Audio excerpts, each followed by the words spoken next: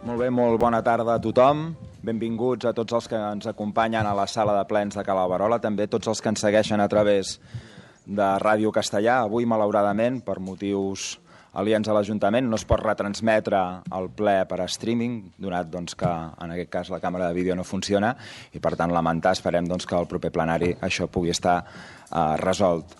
Si els hi sembla, tal com hem comentat en Junta de Portaveus, i excusar la presència avui, perquè ja ho havia anunciat, de la regidora portaveu del grup de la CUP, que per motius personals no pot assistir al plenari. Havien comentat en Junta de Portaveus que abans de donar inici formalment al ple sí que volíem llegir el comunicat que hem confeccionat i que s'ha fet públic durant el dia d'avui en relació a uns fets lamentables. I diu així, l'Ajuntament de Castellar del Vallès expressa el rebuig a la decisió del jutjat d'instrucció número 2 de Sabadell de deixar en llibertat el monitor de menjador i de lleure d'una escola infantil i primària del municipi que va ser detingut la setmana passada per un presumpte delicte d'abusos sexuals a menors en un centre de la vila. El consistori considera que la mesura adoptada pel jutge no prioritza la protecció dels alumnes afectats. Així mateix, l'Ajuntament es mostra favorable a les peticions realitzades pel Ministeri Fiscal en el sentit de demanar la presó provisional de l'investigat o, de manera subsidiària, de prohibir la seva entrada al municipi de Castellar del Vallès i d'apropar-se a menys de 1.000 metres dels alumnes i les seves famílies.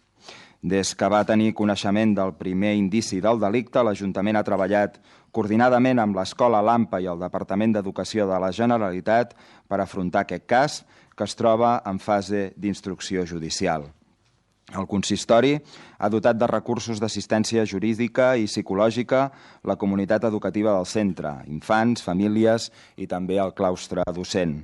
A més, dona suport al recurs que les famílies denunciants presentaran contra la interlocutòria del jutge de deixar en llibertat el monitor investigat de 25 anys i resident a Sabadell. L'Ajuntament continuarà col·laborant amb la direcció, el claustre, l'AMPA i el conjunt de famílies del centre en totes les actuacions que es duguin a terme. Al mateix temps, fa una crida al conjunt de la població i dels mitjans de comunicació a respectar la presumpció d'innocència i el dret a la intimitat dels infants afectats i de les famílies denunciants.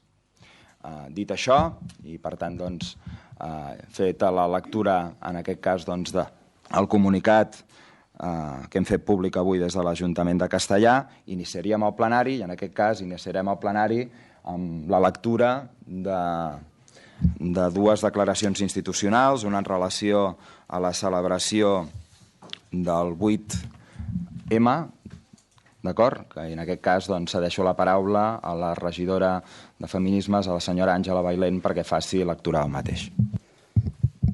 Gràcies, alcalde. Bona tarda a tothom. Declaració institucional pel 8 de març. Un any més i com cada 8 de març, les dones de tot el món alcem la nostra veu per commemorar el Dia Internacional de les Dones, defensar els nostres drets socials, polítics i econòmics i reivindicar la igualtat efectiva entre dones i homes. Són molts els avenços que s'han aconseguit, però encara queda un llarg camí per recórrer per erradicar definitivament qualsevol discriminació i aconseguir la plena participació de les dones en condicions d'igualtat en tots els àmbits de la societat. Cal no oblidar que, malgrat tot, existeix encara el perill de retrocedir en els drets que tant ens han costat d'assolir. Al ple municipal de Castellar del Vallès, en aquesta sessió prèvia al 8 de març, volem declarar solemnement el nostre compromís amb el significat de la jornada, amb la lluita històrica del moviment feminista en defensa de la igualtat i amb les reivindicacions del present. Conscients de la importància que la unitat d'acció té en aquestes jornades, manifestem el nostre compromís de sumar-nos al manifest que, com és habitual des fa uns anys, elaborem des de forma conjunta amb l'ICD, Institut Català de les Dones, les diferents institucions i entitats municipalistes.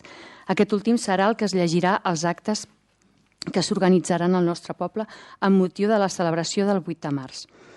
Des d'aquí fem una crida a totes les castellarenques i castellarencs a participar de forma activa en els actes commemoratius i reivindicatius que es portaran a terme en el nostre municipi amb motiu de la celebració del 8 de març. Gràcies. Moltes gràcies, regidora. I ara llegirem una altra declaració institucional, en aquest cas d'una campanya que durant els darrers dies ha tingut lloc a diferents municipis de la comarca i que porta per títol Xiulem contra la LGTBI-fòbia, en aquest cas en el futbol. I per tant llegirà el regidor de Cicles de Vida, el senyor Dani Pérez. Gràcies, alcalde. Bona tarda a tothom. Manifest Xiulem fora de joc a la LGTBI-fòbia. El 19 de febrer es commemora el Dia Internacional contra l'Homofòbia al futbol, data en què va néixer el futbolista professional Justin Fasano, símbol de la lluita del col·lectiu LGTBI. El jugador anglès va fer pública la seva homosexualitat en plena carrera professional i la pressió que va rebre va ser tan dura que el va dur al suïcidi l'any 1998. Aquest fet dramàtic va crear una veu d'alerta dins del col·lectiu LGTBI. La consigna era que calia canviar el món del futbol. En l'esport, els límits de la feminitat i la masculinitat són extremadament extrems.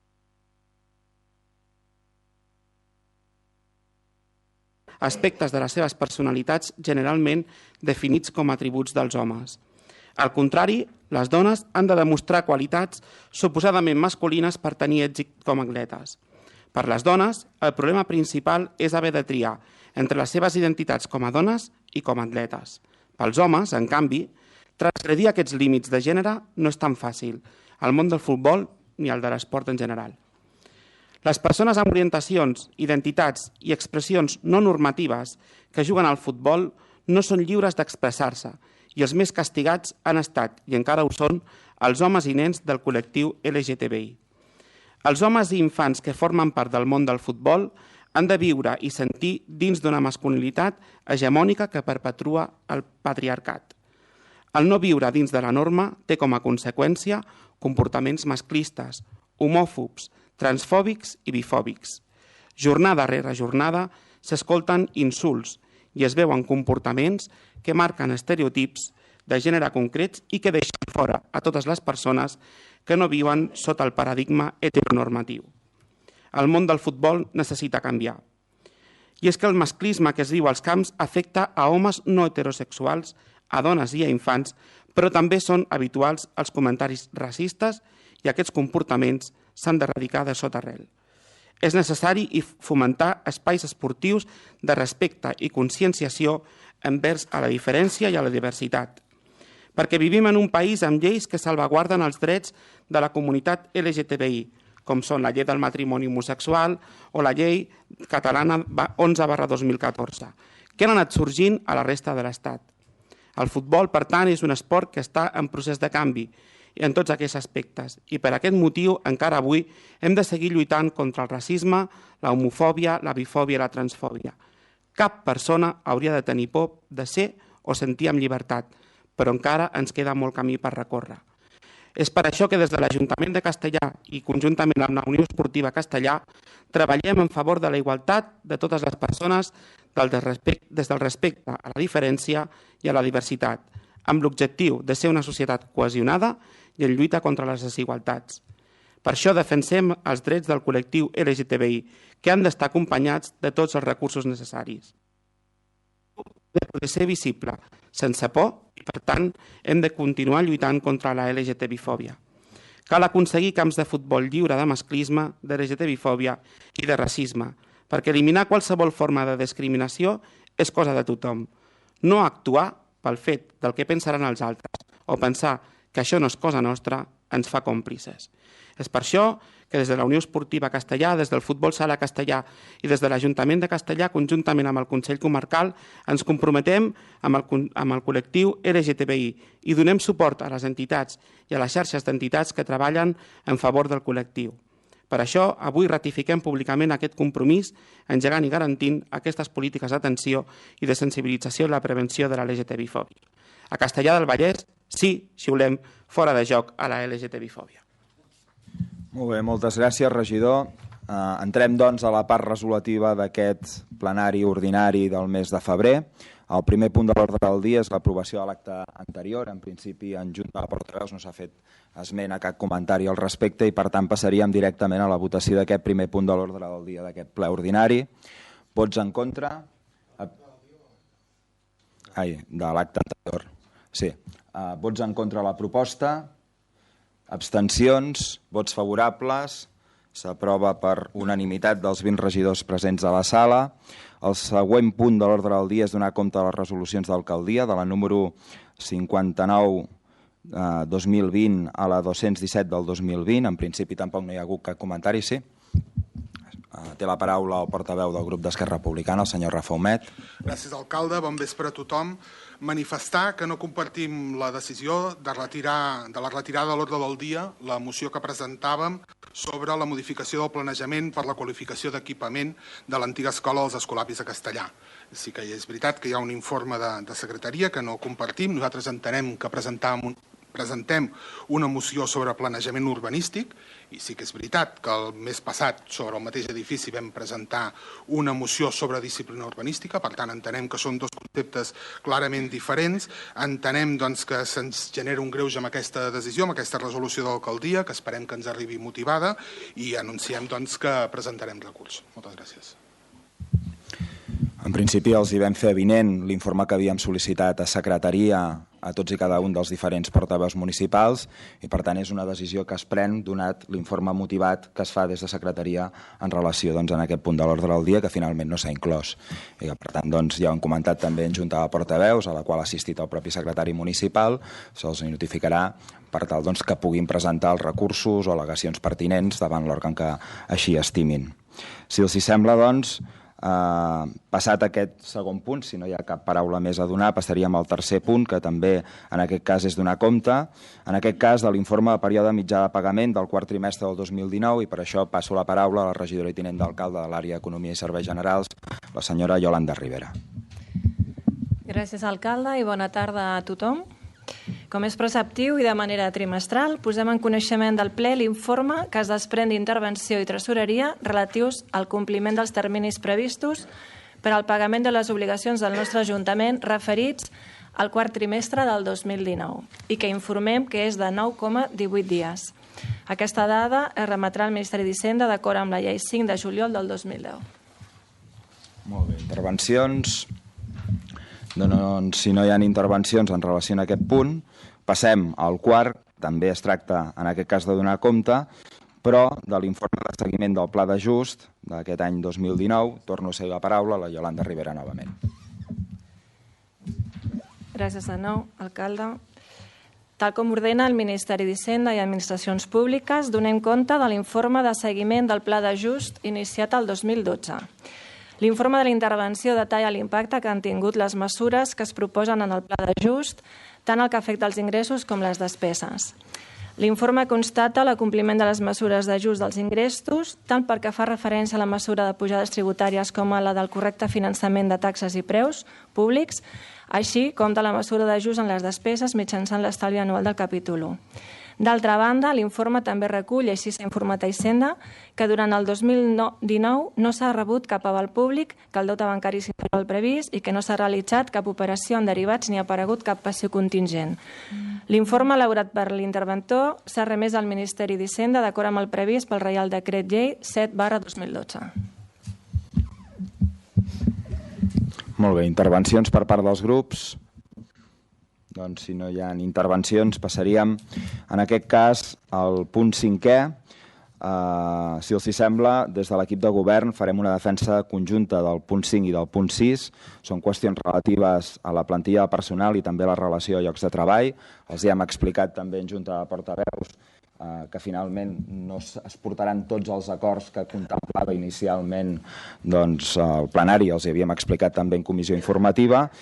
Es tracta de l'aprovació inicial de la modificació, la primera del 2020, de la plantilla personal al servei de l'Ajuntament i també la modificació, la primera del 2020, de la relació a llocs de treball del personal al servei de l'Ajuntament i per això cedeixo la paraula, en aquest cas a la regidora i també tinent d'alcalde de l'àrea de recursos humans, la senyora Anna Mármol, perquè faci l'explicació també de les modificacions que s'incorporen. Gràcies, alcalde. Bona tarda a tothom. Avui portem a ple la creació del lloc de treball del director o directora de Serveis Jurídics i Contractació. Es justifica a la memòria del cap d'unitat de recursos humans que figura a l'expedient, en la necessitat de reforçar la secretaria després de l'increment de tasques que han experimentat aquest departament municipal com a conseqüència de l'aprovació de la llei 9/2017 de 8 de novembre de contractes del sector públic, el Reial Decret 424/2017 de 28 d'abril, pel qual es regula el règim jurídic del control intern a les entitats del sector públic local, i el Reial Decret 128/2018 de 16 de març, pel qual es regula el règim jurídic dels funcionaris d'administració local amb habilitació de caràcter nacional, així com la necessitat que existeix a la corporació personal de funcionaris de carrera suficientment capacitats per substituir les persones titulars de la secretaria en cas de vacant o absència. Per la seva part, la plaça que s'amortitza està vacant per jubilació del seu titular i es considera que l'amortització no perjudica el normal funcionament dels serveis municipals. Gràcies, alcalde. Té la paraula el portaveu del grup d'Esquerra Republicana, el senyor Rafa Humet.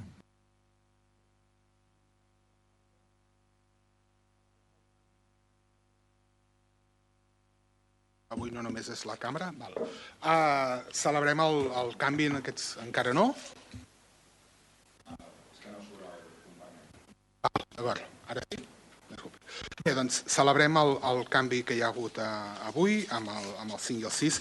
De tota manera, entenem que hauria estat millor retirar tot el bloc sencer fins que no s'hagi negociat tota la partida. Entenem doncs, que tota la partida, tota l'estructura, perquè entenem que tindria molta més coherència fer un plantejament general. De tota manera, el que estem vivint avui aquí no és més com un cúmul de treball, lleis com l'Arsal, la llei d'estabilitat pressupostària, la llei de contractes, que el que estan fent a la pràctica és això que ens estem trobant avui en aquest Ajuntament. Estan dificultant la gestió, estan limitant l'autonomia política municipal i estan facilitant l'externalització de serveis. Necessitem places molt qualificades per una gestió que cada cop és més complexa, més complicada i més lenta, amb ares d'una transparència que molt sovint encara està per comprovar, i en canvi hem d'amortitzar places d'atenció directa, de servei al ciutadà, etc. I aquest és el punt on ens trobem. Per tant, nosaltres entenem que amb aquestes limitacions, que no són culpa d'aquest Ajuntament, però que sí que venen derivades per unes lleis molt concretes que ens hauríem de començar a plantejar seriosament de derrocar, creiem que avui sí que hi ha una negociació en curs. Hi ha una negociació amb la plantilla de l'Ajuntament i em sembla que és una qüestió ja més que evident, que no cal discutir-la perquè està aquí al ple, i entenem que s'hauria de fer la negociació de tot el paquet de places, d'amortitzacions i de creació de noves places en conjunt. Entenem que hi ha una urgència, que és que tindrem un canvi de secretari aviat, ja aprofitarem per agrair-li els serveis en el seu moment, evidentment, però sí que creiem que es podria donar un marge, si cal, per tancar la negociació de manera satisfactòria per tothom. Moltes gràcies, regidor. Més intervencions. Té la paraula el portaveu del grup de Junts per Castellar, el senyor Pau Castellví. A veure, compartim aquesta opinió amb el portaveu d'Esquerra. Ens hem trobat a l'entrar treballadors d'aquest Ajuntament que ens han volgut fer constar la seva voluntat que aquest debat es tingui en el ple quan s'hagin conclòs les negociacions de forma definitiva, i prenent nota també de l'actitud que pensem que és positiva de retirar part dels punts, probablement per aquesta raó, considerem que s'hauria de fer el mateix respecte a la resta d'elements que no s'han retirat, i per tant també en aquest sentit preguntar-los quin és el raonament per no haver-ho fet, si és possible, i sé que sortiria de... Sí. Ara cedim la paraula al portaveu del grup de Ciutadans, el senyor Matías de la Guardia. Sí, gracias, señor alcalde. Bueno, yo también sigo en la línea de... Me ha sorprendido bastante cómo hemos llegado a este punto de presentación de estos puntos sin haber antes abordado el tema con una mesa de negociación. Yo creo que la administración pública cada vez más tiene que siempre tener en cuenta a los comités de empresa, ¿no? Para tomar cualquier decisión. También explicar un poquito lo de la urgencia de haberla presentado antes de haber llegado a un acuerdo definitivo con la mesa de negociación en la misma línea. Gracias. Sí. Obrim torn de rèplica, cedim la paraula a la regidora i tinent d'alcalde, la senyora Anna Màrmol. Bé, jo el que voldria deixar palès en aquest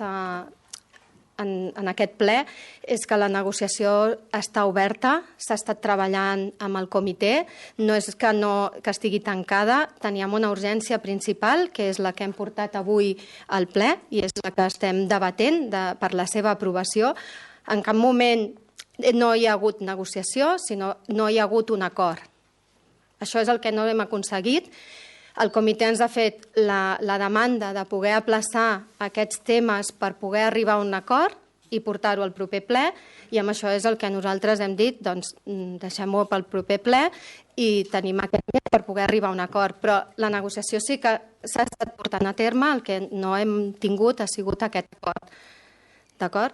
Llavors, hi ha diferents temes i, com heu vist, tenim un tema que el regidor d'Esquerra, el Rafa Humet, ja ha apuntat, que és que la secretaria és un òrgan fundamental perquè l'Ajuntament pugui funcionar.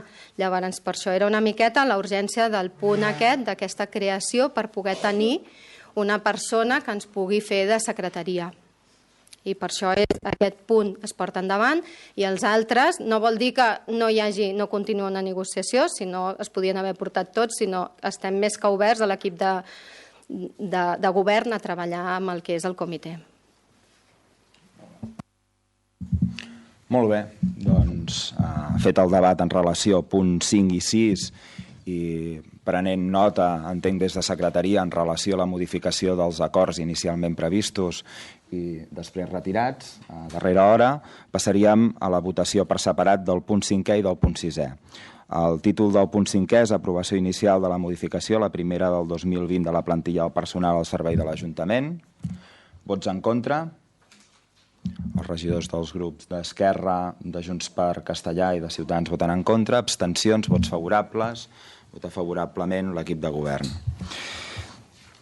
El punt 6è porta per títol l'aprovació de la modificació, la primera de 2020, de la relació de llocs de treball del personal al servei de l'Ajuntament. Vots en contra de la proposta. Els regidors dels grups d'Esquerra, el regidor del grup de Ciudadanos i els regidors del grup de Junts per Castellà voten en contra de la proposta. Abstencions, vots favorables, vota favorablement l'equip de govern. Passem ara al 7è punt, aprovació de les retribucions del personal al servei de l'Ajuntament 2020. Torno a cedir la paraula a la regidora, tinent d'alcalde de l'àrea de recursos humans, la senyora Anna Màrmol. Gràcies de nou, alcalde. Bona nit a tothom. Avui portem a ple l'aprovació de les retribucions del personal al servei de l'Ajuntament per al 2020. Donat que l'article 3.2 del Reial Decret Llei 2/2020 del 21 de gener, pel qual s'aproven mesures urgents en matèria de retribucions en l'àmbit del sector públic, determina l'increment global màxim de les retribucions del personal al servei de l'ens local per l'any 2020, i donat que en aquest decret llei també es determinen les quanties concretes dels conceptes retributius de sou, triennis i complements de destinació per al personal funcionari, la proposta que portem a ple és la següent. Aplicar els conceptes de sous, triennis, pagues extraordinàries i complements de destinació les quanties establertes pel Reial Decret Llei 2/2020 de 21 de gener i aplicar als diferents conceptes de complement un increment interanual del 2% sobre l'import vigent a 31 de desembre del 2019 i un increment del 2% respecte a la retribució aprovada per ple el 25 de juny del 2019 per al personal eventual. Gràcies. Moltes gràcies. Intervencions. El senyor Rafa Humet, portaveu del grup d'Esquerra, té la paraula. Gràcies, alcalde. Bon vespre de nou a tothom. El nostre vot serà afirmatiu. És evident que aquesta és una pujada salarial després de molts anys de retallades del col·lectiu de treballadors públics. Només volíem aclarir un punt, perquè ara amb una mirada ràpida no he estat capaç. No hi ha cap d'aquestes places que faci referència, perquè estem parlant, és per aclarir-nos mútuament, estem parlant d'un augment i per tant de les places que s'ha retirat ara no estarien aquí perquè no és un augment sinó una plaça de nova creació amb la seva retribució. Per tant, no hi ha cap d'aquests punts que faci referència al punt 5 i 6. És correcte? Sí, són de nova creació i per tant no ens hi podem posar mentre.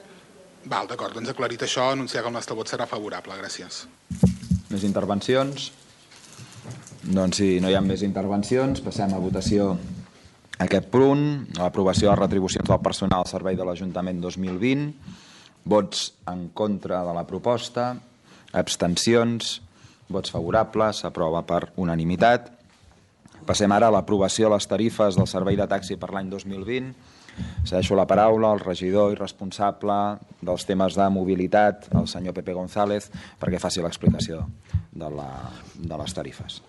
Gràcies, alcalde. Senyores regidores i regidors, tal com vam informar o vam comunicar a la comissió informativa, de fet, això és un tema formal. Ens limitem aquí a ratificar una proposta que ens arriba ja del col·lectiu de taxistes.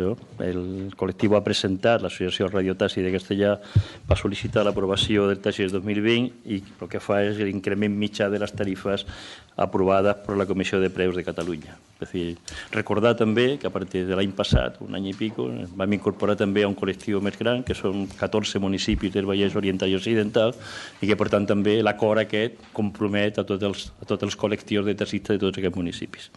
Per aquesta raó, en realitat, l'increment és del 0,8% en el cas dels serveis urbans i mantenim les tarifes tal qual com l'any passat en el tema dels interurbans. Així que l'increment és bastant reduït. I en funció d'això, doncs recordar-li que, a part d'aprovar els increments aquests, és recordar-li també a los titulares de la llicència del taxi que ha de donar compliment a un article en el qual les obliga, suposo que ja existia, però aquí ens obliguen a que les recordem també que han d'anar a proveir d'un imprès on es posin el lloc visible i en l'interior del país del tarifa les tarifes aprovades. Han de portar públicament dins del vehicle quines són les tarifes. Aquestes són les raons per les quals, de fet, ratifiquem des del ple municipal la proposta que ja ens fa el col·lectiu de taxistes. Gràcies. Moltes gràcies, regidor. Intervencions. El senyor portaveu del grup d'Esquerra, el senyor Rafa Humet, té novament la paraula. Sí, gràcies, alcalde. Com molt bé deia el regidor, aquesta és una moció, diguem-ne, molt poc política i molt tècnica que passa pel ple per unes competències que hem anat mancomunant i que, per tant, hi ha un acord en general i, evidentment, el nostre vot serà favorable a un col·lectiu tan sensible en aquests moments com és el del taxi a Castellà. Moltes gràcies. Molt bé, moltes gràcies. Intervencions, senyor Pau Castellví, del grup de Junts per Castellà. El nostre vot serà favorable, constatant, primerament, el fet que, com bé comentaven, és una mesura mancomunada i certament hi ha 18 municipis en aquest sentit. I també en aquest sentit hi ha hagut els costos del que és el funcionament del propi taxi, que també han estat pujant, l'IPC ha pujat, per tant, d'alguna manera creiem que és justificada aquesta proposta.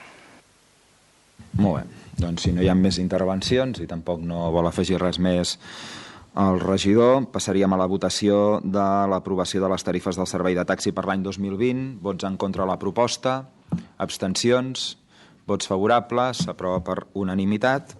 Si el senyor secretari no m'informa al contrari, no hi ha assumptes sobrevinguts, i com que no n'hi ha, passarem a la part deliberativa i de control, sense abans dir que la moció que en el seu dia va quedar sobre la taula en relació al tema d'animals domèstics i que va presentar en aquest cas el ponent va ser el regidor d'Esquerra Republicana, el senyor Josep Maria Calà, finalment queda retirada, i passarem al desè...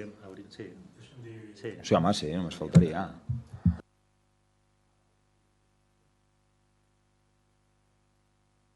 Donant aquesta moció per tancada, que no queda pendent, però sí que ens ha semblat que valia la pena, almenys aquí en el ple, dir què és el que es farà, d'acord amb el Joan Creus. Sembla ser que el que es farà en aquests moments és passar ordre als llocs, als establiments públics que puguin deixar entrar els gossos, i en tot cas ens posem en marxa perquè una comissió integrada per diferents grups polítics i també les entitats animalistes ens posem d'acord per intentar reformar una miqueta aquesta ordenança que certament en algun punt en concret no quedava molt clar i molt explícit quin és el que es havia de fer. En qualsevol cas s'ha acordat que l'únic que es tracta és d'ordenar una miqueta el redactat i no pas de fer una transformació profunda del que diu. Per tant, donem aquesta moció per tancada. Gràcies. Doncs que consti en acte i passem a la primera moció presentada pel grup municipal de Som de Castellà PSC, que tracta el rebuig a la supressió dels jutjats de violència contra la dona i formularà i exposarà els motius d'aquesta moció la regidora de Feminisme, la senyora Àngela Bailén. Bon vespre a tothom de nou. Moció de Som de Castellà, PSC, de rebuig a la supressió dels jutjats de violència contra la dona. A l'any 2006, l'Assemblea General de les Nacions Unides va reconèixer la violència masclista com una de les violacions dels drets humans més sistemàtica i generalitzada al món. La violència masclista és una forma de violència que té les seves arrels en les estructures socials construïdes sobre la base de gènere i no en accions individuals o accions a l'atzar. Transcendeix l'edat, els límits socioeconòmics, educatius i geogràfics. Afecta a totes les societats i és un obstacle important per eliminar globalment la desigualtat de gènere i la discriminació. Des de l'any 2003, 1.035 dones han estat assassinades per violència masclista a l'estat espanyol, 162 d'elles a Catalunya. La llei orgànica 1/2004 de 28 de desembre de mesures de protecció integral contra la violència de gènere en el capítol 4 preveu les mesures judicials de protecció i seguretat de les víctimes. Així que la llei catalana 5/2008 del 24 d'abril del dret de les dones a erradicar la violència masclista, al seu article 30 assenyala que les dones que es troben en risc o en situació de violència masclista tenen dret a rebre de forma immediata de les administracions públiques de Catalunya una protecció integral, real i efectiva. Així mateix, el Reial Decret Llei 9/2018 del 3 d'agost de mesures urgents per al desenvolupament del Pacte d'Estat contra la violència de gènere introdueix modificacions legislatives en la Llei Orgànica de Mesures de Protecció Integral contra la Violència de Gènere, així com la Llei de bases del règim local i en el Codi Civil principalment. La Llei Orgànica 1/04 de Mesures de Protecció Integral contra la Violència de Gènere va habilitar jutjats de violència de gènere VIDO a cada localitat, per tal de facilitar el progrés, comptant que moltes dones acostumen a no denunciar o a retirar les denúncies. Paradoxalment, el TCJC apunta ara en direcció contrària i ha desenterrat una proposta de 2016 que es va aconseguir aturar gràcies a les mobilitzacions feministes i d'alguns partits polítics per comarcalitzar els jutjats VIDO, fent desaparèixer aquesta competència a escala local, amb la justificació de l'escassa càrrega de treball d'alguns d'aquests jutjats, tot i que previsiblement comportaria la sobrecàrrega d'altres i sense resoldre les retallades que aquests VIDOs locals han estat patint per poder dur a terme la seva tasca. La proposta del TCJC és suprimir els jutjats VIDO de l'Hospitalet de Llobregat, Esplugues, Martorell, Santa Coloma de Gramenet, Mollet del Vallès, Sant Boi de Llobregat, Cornellà de Llobregat, el Prat, Cerdanyola del Vallès i Rubí. Davant d'una situació com l'actual, on són assassinades desenes de dones cada any al nostre país, els jutjats de violència de gènere no poden desaparèixer de la proximitat de les dones que més ho necessiten. La redistribució del sistema de justícia no pot anar en detriment de l'atenció de proximitat a les víctimes de violència masclista, sinó que han d'apostar perquè siguin els òrgans judicials especialitzats en violència de gènere aquells que es desplacin pel territori. Per tot això, el grup municipal Som de Castellà PSC proposa els següents acords. Sol·licita al Ministeri de Justícia de l'Estat espanyol i la Conselleria de Justícia de la Generalitat de Catalunya la no suspensió i trasllat del jutjat de VIDO dels jutjats de Cerdanyola i Rubí a un altre partit judicial, tal com es proposa el document de comarcalització dels jutjats de violència sobre la dona del Tribunal de Justícia de Catalunya a data 1 d'octubre del 2019. L'Ajuntament de Castellà també sol·licita a les mateixes institucions la proposta d'afavorir i augmentar els recursos i mitjans per facilitar l'accés de les víctimes de la violència masclista a l'empara judicial i que aquest extrem, en el cas de l'àmbit judicial, passa per aproximar els òrgans judicials a les víctimes. Traslladar aquests acords de ple al Tribunal Superior de Justícia de Catalunya, al Departament de Justícia de la Generalitat de Catalunya, a la Delegació del Govern de Catalunya, al Govern de l'Estat espanyol, als grups polítics del Congrés, Senat i Parlament de Catalunya, al Col·legi de l'Advocació de Barcelona i a les entitats municipalistes de Catalunya. Gràcies. A tu. Sí, intervencions. En aquest cas té la paraula la regidora del grup d'Esquerra, la senyora Núria Raspall. Gràcies, alcalde. Diu la moció que des de l'any 2003 fins avui 1.035 dones han estat assassinades per violència masclista a l'estat espanyol, 162 a Catalunya. Però és que només durant l'any passat van morir 9 dones a Catalunya, 2 d'elles tot i haver denunciat els fets prèviament.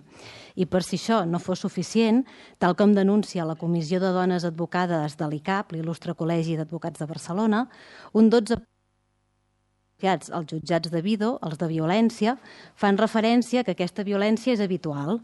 Amb això vull dir que si el terme de violència ja genera refús pel que implica i per les connotacions que té, si ajuntem violència i habitual, ens podrem imaginar quina és la situació que pateixen cada dia moltes dones. Al despatx, quan ens entra un cas de violència de gènere, no ens trobem que d'entrada a la víctima li costi posar la denúncia, però sí que ens trobem que quan saben què implica posar aquesta denúncia, moltes es fan enrere o es fan enrere a mig procediment, cosa que mai saps què és pitjor. Així, breument, i sabent que en termes de justícia 2 i 2 no són 4 i que cada cas és un cas concret i diferent, volia explicar una mica com funciona perquè veiem una mica la magnitud del que es troben elles amb el dia a dia. Quan una dona va als Mossos a posar una denúncia, i aquí parlem de violència física perquè la psicològica és més complicada i va a part, necessita un parte mèdic. Si no el té, no pots posar la denúncia. Un cop l'has posat, al cap de 24 o 48 hores, és quan et citen per anar al jutjat de Vido a declarar. I és allà quan et prenen declaració a la víctima, al suposat agressor, els testimonis si n'hi ha, i és quan el metge forense visita a la dona i emet un informe de les possibles lesions que pugui tenir. Durant aquest procediment, que dura tot el matí, tenim a la víctima en una sala, a vegades acompanyada dels fills, perquè no els pot deixar en un altre lloc, i a l'agressor esperant a fora de la sala a que els hi toqui entrar a declarar. És, si més no, incòmode, perquè inclús la tonteria de la senyora, si vol anar al lavabo, quan ella surt per anar al lavabo, tu has de fer una mica com de pantalla perquè el senyor no la increpi o no estigui a una distància prudencial. Per tant, són situacions delicades i de tensió. Un cop superat aquest tràmit, poden passar 2 coses. O es deriva el tema al jutjat penal per celebrar un judici ràpid, que això és que et citen al cap de 3 o 4 mesos anant bé, o que se segueixi investigant perquè falta algun testimoni per declarar o falta alguna pericial que no es té. En qualsevol cas, en aquest moment és quan la dona ha de dir si vol un ordre d'allunyament o no la vol. Si la demana i li donen, bé, però si no li donen, sap que quan torni a casa es trobarà el suposat agressor que sabrà que l'ha denunciat i que vol l'allunyament. I clar, tot això comporta un risc. D'altra banda, amb aquests judicis ràpids, que és a 3-4 mesos vista, què passa mentrestant, no? Quina és la relació de la víctima amb el suposat agressor? Moltes dones no poden anar a casa d'una amiga, a casa dels pares o a una casa que no sigui la seva i, per tant, l'han de seguir veient. I si tenen fills i tenen l'ordre d'allunyament que els hi han concedit, a vegades no poden complir el règim de visites perquè necessiten una tercera persona que porti els fills amb el pare perquè el pare no es pot acostar i la dona és la que té els menors. Per tant, moltes vegades la pròpia dona acaba demanant que retiri aquesta ordre perquè l'acaba perjudicant més que no pas beneficiant-la en el seu dia a dia ja de per si complicat. Per no parlar de què passa si la víctima, mentre es defensa, s'hi torna. És a dir, si torna, es defensa i li passa alguna cosa en el suposat agressor. En quina situació queda ella? O quan l'agressor denuncia la dona, llavors hi ha 2 denúncies creuades amb 2 penes, un per cada un. Tot això ens demostra que els temes de violència de gènere són complexos, delicats, comporten moltes variables i cap d'elles és senzilla. Per tant, si ara resulta que els jutjats de Vido de Sant Feliu han d'assumir la feina que fan els d'Esplugues i els de Martorell, els amb l'Hospitalet, Badalona es fa càrrec de Santa Coloma, Granollers, Mollet, Gavà es queda amb els de Sant Boi, Cornellà i el Prat, i Sabadell amb els de Cerdanyola i Terrassa amb els de Rubí. El que estem fent és posar una trava més a la situació personal de cada una d'aquestes dones que es decideix a denunciar. Si de debò es vol ajudar, entenem que el que cal és donar facilitats. I pot semblar una tonteria que t'hagis de desplaçar X quilòmetres més per anar a declarar, però si això li sumes l'agressió que has patit amb les lesions que tens, amb l'angoixa, l'estrès, haver de gestionar la vida laboral i familiar, doncs és una pedra més a la balança que fa que massa sovint la dona digui «bueno, tampoc n'hi ha hagut per tant, o tampoc és tan greu». Potser el debat hauria de ser si la redistribució, com deia la companya, del sistema de justícia ha de prioritzar o no la càrrega de feina, en aquest cas, i segons diuen, la poca càrrega de feina d'alguns jutjats, per davant de l'atenció de proximitat a les víctimes de violència. Perquè com valorem que és poca feina en aquest àmbit? On poses el límit de quants casos de violència de gènere són molts o pocs? 10 són pocs? 50 són pocs? 5 són pocs? No hauria de ser negatiu tenir poca feina en aquests assumptes i sembla que en canvi això es penalitza. Per tant, està clar que nosaltres també estem d'acord amb la moció presentada. Molt bé. Més intervencions. Té la paraula el portaveu del grup de Junts per Castellar, el senyor Pau Castellví. Moltes gràcies, senyor alcalde. És evident i és totalment consonant amb el que hem portat defensant tot aquest mandat i per tant votarem a favor evidentment d'aquesta moció. Tanmateix també afegir primerament un agraïment perquè a la Junta de Portaveus s'ha acordat que no només s'exigirà a la Conselleria de Justícia de la Generalitat de Catalunya que no elevi al Ministeri de Justícia de l'Estat la supressió dels jutjats, dels BIDO, sinó que també s'exigirà al Ministeri que no admeti això i per tant creiem que era el punt que trobàvem a faltar i que Esquerra Republicana ha aportat en aquesta Junta de Portaveus. I només fer un darrer apunt, que és que mentre estem tenint aquest debat, les denúncies per violència masclista en la parella continuen augmentant. De fet, porten augmentant des del 2015. Fet que il·lustra dues realitats. Per un cantó, possiblement estiguem parlant de que més dones, més víctimes s'atreveixen a denunciar i per l'altre cantó, un molt preocupant fenomen que aquesta violència masclista realment no remet i és una de les realitats més crues de la nostra societat i per tant creiem que és totalment il·lògic en aquestes condicions col·laborar amb aquesta decisió que creiem que allunya la justícia dels ciutadans i més en un afer tan essencial. I per tant, dit això, reiterar el nostre vot positiu. Moltes gràcies. Sí, el senyor Matías de la Guardia, del grup de Ciutadans, té la paraula. Gracias, señor alcalde. Bueno, nosotros también votaremos a favor de esta moción. También estamos de acuerdo de que es importante para este tipo de proceso judicial la cercanía física, ¿no? y de ubicación de este tipo de asistencia y teniendo en cuenta también la saturación de nuestro juzgado de la comarca. Y bueno, yo solo matizar algunos aspectos que por un lado tengo entendido, ¿no? Como me han confirmado la Junta de Portavoces, que esta moción, o sea, esto no afecta directamente a Castellar del Vallès, a nuestro municipio. Sí que afecta a Cerdañola, Rubí, quizás, bueno, me consta, ¿no? que se ha presentado en el Consell Comarcal, me parece que sería el sitio más adecuado para presentarla. Y después, por otro lado, me hubiera gustado también tener en esta moción un poco pues los motivos que ha llevado al Tribunal Superior de Justicia, ¿no? Para saber un poquito por qué lo hacen, que seguramente es por la especialización de este tipo de asistencia y seguramente por tema de recursos. Gracias. Sí, obrim torn de rèplica. Donem la paraula a la regidora Àngela Bailén. Gràcies, alcalde. No, jo parlar amb el senyor de la Guàrdia que sí que ens afecta perquè si passés qualsevol cosa a Castellar, Sabadell estarà més saturat perquè els jutjats de Cerdanyola i Rubí, vull dir, tot ens acaba afectant. Perquè si el que fem és centralitzar els petits, els locals, tot i que diguin que la justícia, jo afegiria que el col·lapse és tots som coneixedors del col·lapse de la justícia que diguin que l'escassa càrrega. Llavors, afegiria aquesta reflexió i alguna cosa no s'està fent bé quan no estem acabant ni febrer i portem 7 víctimes mortals. Aleshores, qualsevol cosa que sigui una manca de sensibilitat cap a la víctima, em sembla que, com diu la companya, agafar un bus o agafar un tren de més, de vegades suposa el no fer el tirar-se enrere. I em sembla que és important aquesta reflexió. Gràcies. Molt bé. Jo diria la justícia, quan s'allunya del justiciable, es fa menys justa. I això és el que està passant en aquest cas, i evidentment això té una afectació clara, com deia la regidora Àngela Bailén, de retruc a castellà, és evident. I vostè ho sap bé, perquè ve de l'àmbit mèdic. Si tanquen, si no tira endavant l'Hospital Ernest Lluch, que hauria de poder donar suport a la gent de Ripollet, Cerdanyola, Barberà i Montcada, doncs tindrà més col·lapsat els serveis sanitaris de l'Hospital Parc Taulí. Si es construís aquest hospital, doncs segurament podrien funcionar de manera més adequada a les necessitats del servei.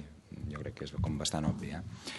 En qualsevol cas, si els sembla, passem a la votació d'aquesta moció presentada pel grup municipal Som de Castellà PSC de rebuig a la supressió dels jutjats de violència contra la dona. Vots en contra de la proposta, abstencions, vots favorables, s'aprova per unanimitat dels regidors presents. Passem a l'11è punt de l'ordre del dia d'aquesta sessió plenària ordinària del mes de febrer, moció del grup municipal d'Esquerra per a la commemoració del Dia Internacional de les Dones. Sí. Cedeixo la paraula a la regidora del grup d'Esquerra, la senyora Dolors Ruiz. Moltes gràcies, alcalde. Bona tarda a tothom. Primer de tot, i abans de llegir la moció, comentar que el dia de les informatives volíem que la declaració que ha fet a l'inici d'aquest ple sortís una mica de les mocions que presentàvem l'anterior i aquesta. Potser l'anterior no, però sí a partir d'aquesta, que té a veure amb el dia 8 de març. Volíem que haguéssim pogut fer un treball conjunt perquè la declaració fos conjunta i recollís la major part dels punts d'aquesta moció. És com una mica duplicar, però no hi ha problema, perquè és que no hem de deixar de dir i de reivindicar el dia 8 de març i per tant, procedeixo a llegir la moció. Gràcies. Moció per la commemoració del Dia Internacional de les Dones. De nou, el 8 de març de 2020, commemorarem el Dia Internacional de les Dones, una data d'homenatge als moviments a favor dels drets de les dones i de reivindicació per continuar fent evidents les desigualtats de gènere. Una reivindicació que va més enllà d'aquesta data i impregna tots els dies de l'any. L'acció de les administracions públiques i de totes i cadascuna de les persones que conformen la nostra societat. Tot i els avenços realitzats, les desigualtats i les discriminacions cap a les dones encara estan presents. Les situacions de vulnerabilitat són més cruels per a les dones i això es tradueix en una major precarietat laboral d'aquestes i una feminització de la pobresa, entre d'altres. De fet, la majoria de les víctimes de pobresa energètica són dones, però la discriminació no queda aquí. Més d'un 70% dels contractes a temps parcials ho són de dones. A més, la bretxa salarial és una realitat que no es tanca i que hem d'abordar per erradicar-la.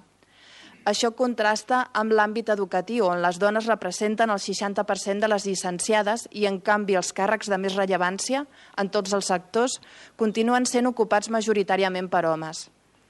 El sostre de vidre i el terra enganxós encara no s'han superat i segueix limitant les possibilitats d'ascens i desenvolupament de les dones. Cal seguir reivindicant el dret de les dones a decidir sobre el propi cos i el dret a una maternitat lliure i segura, vetllant també perquè les dones joves de 16 i 17 anys puguin exercir aquest dret lliurement. Cal continuar apostant de forma decidida per polítiques de conciliació de la vida personal, familiar i laboral, per garantir que les dones tinguin dret a gaudir de temps de lleure i participació de la mateixa manera que ho fan els homes. Això implica que també és important replantejar els permisos de maternitat i paternitat apostant per permisos iguals i intransferibles. A més, cal continuar treballant per implantar al nostre municipi uns horaris més racionals. Estem immersos en una cultura heteropatriarcal que acaba en una idea de masculinitat molt concreta i acceptada majoritàriament, que es tradueix en hegemonia de la dominació. Darrerament s'ha fet evident amb més intensitat l'existència de violències en l'àmbit laboral, familiar i de la parella a través de diferents manifestacions i hem de combatre-la i erradicar-la. Apel·lem a la mobilització a favor dels drets de les dones, avui, el proper 8 de març i cada dia de l'any, per seguir contribuint a una societat més justa i igualitària que faci de la República Catalana una república feminista de dones i homes lliures. Per tots aquests motius, el grup municipal d'Esquerra Republicana de Castellar del Vallès proposem al ple d'aquest Ajuntament l'aprovació dels següents acords. manifestar el compromís de l'Ajuntament de Castellar del Vallès per continuar treballant pels drets de les dones en col·laboració amb les entitats de dones i feministes del municipi i rebutjant qualsevol tipus de discriminació i violència, posant en marxa totes les eines i protocols que tenim a l'abast. Donar suport a les mobilitzacions organitzades per les feministes de diferents països del món i convocada a Catalunya pel conjunt del moviment feminista. Tenir la perspectiva de gènere com a eix central de les actuacions de l'Ajuntament i de les polítiques fetes des del govern municipal. Continuar treballant per la prevenció de qualsevol tipus de discriminació cap a les dones i de l'assetjament sexual o per raó de sexe en qualsevol espai, fent especial incidència en l'àmbit laboral i els espais d'oci. Tot creant plans d'igualtat i protocols de prevenció i abordatge de l'assetjament en compliment de la Llei Catalana 17/2015 de 21 de juliol d'Igualtat Efectiva de Dones i Homes i el Reial Decret Espanyol 6/2019 d'1 de març, de mesures urgents pel garantiment de la igualtat de tracte i oportunitats entre dones i homes en l'àmbit laboral. Treballar amb les empreses del municipi per l'elaboració de plans d'igualtat que facin possible la reducció de la bretxa salarial i l'eliminació del terra enganxós, la promoció de dones als càrrecs de decisió, la formació del personal en matèria d'igualtat i l'adopció de mesures que permetin la conciliació de la vida personal, familiar i laboral. Impulsar accions per reduir la pobresa femenina.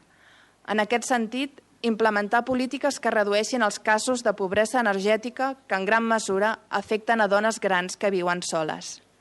I comunicar aquests acords a les associacions de dones i col·lectius feministes del municipi, als grups polítics del Parlament de Catalunya, a l'Institut Català de les Dones i a les entitats municipalistes. Gràcies.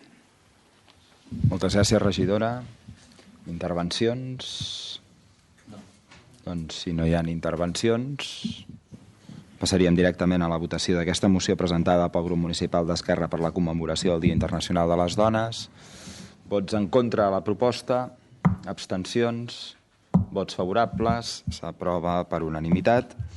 Passem ara al 12è punt, una moció presentada pel grup municipal d'Esquerra també, en aquest cas de sostenibilitat en els municipis, i on farà la defensa el regidor senyor Josep Maria Calaf. Gràcies, senyor alcalde. Bon dia a tothom. Crec que estem davant d'una problemàtica a nivell mundial que hauríem de dir la problemàtica i no pas una més. Aquesta és d'efectes molt imprevisibles.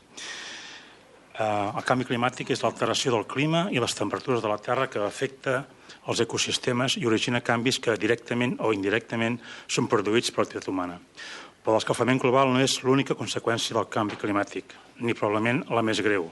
Certament provoquen canvis en els ecosistemes naturals que fan difícil una predicció sobre les afectacions en els éssers vius, però hi ha altres efectes tan o més preocupants. La fonamental salut de les persones, la tràgica desaparició de pobles indígenes, el dramàtic augment dels refugiats pel canvi climàtic, la creixent desconfiança en la seguretat alimentària. Per parlar d'aquest tema ens podríem anar molt enrere, però hem triat l'any 68, que és quan es va constituir el Club de Roma, que era una sèrie de gent conscienciada sobre el que estava passant en el planeta, de diferents especialitats. Hi havia polítics, hi havia economistes, hi havia gent relacionada amb l'economia, hi havia gent relacionada amb la salut. Per tant, totes aquestes persones es van posar d'acord prop de Roma, intentant fer un anàlisi del que estava passant. A conseqüència d'això, a l'any 72 van demanar un informe, l'informe Meadows, que se'n diu The Limits of the Grow, que són els límits del coneixement. Aquest informe, que va ser en aquell moment titllat de pessimista i alarmista, l'any 2014, la Universitat de Melbourne afirma que totes les conclusions de l'informe s'havien complert amb molta exactitud. L'any 2012, també el Club de Roma publica un nou informe que diu una projecció pels propers 40 anys, que també és un autor que va contribuir a fer també el Limits of Growth de l'any 72. Aquest autor, en base amb el Club de Roma, diu el següent: la humanitat ha sobreexplotat els recursos de la Terra, i en alguns casos veurem col·lapses locals abans del 2052. Cada any estem emetent el doble de CO2 del que els oceans i els boscos poden absorbir. És també molt probable que els mateixos sectors que van desacreditar el primer informe també ho facin aquí.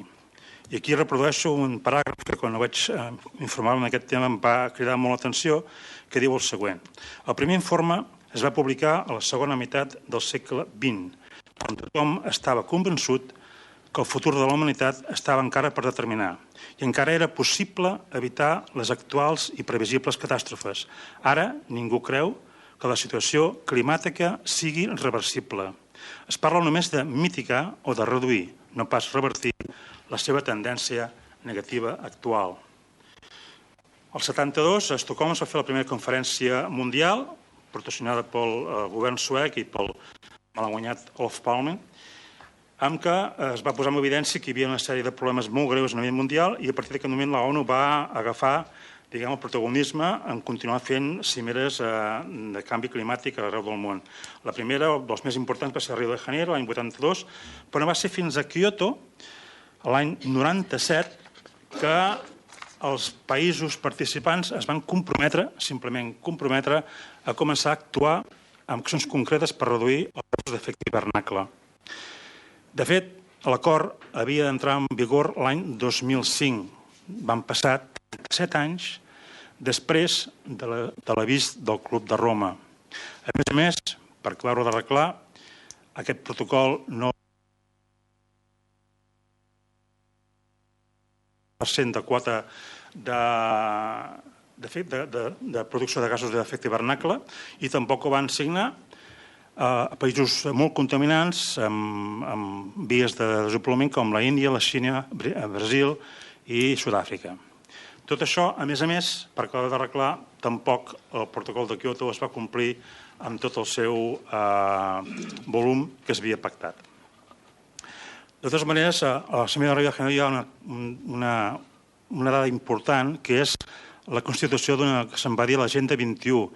Era una sèrie de punts amb quals s'informava als governs i als estats que podien posar-ho en pràctica per intentar reduir el canvi climàtic, que cadascú podia fer el compliment que li semblés més oportú, per tant no era obligat compliment, però en aquesta Agenda 21 hi havia un altre que se'n deia, un punt concret, el punt 28, que se'n deia Agenda 21 local.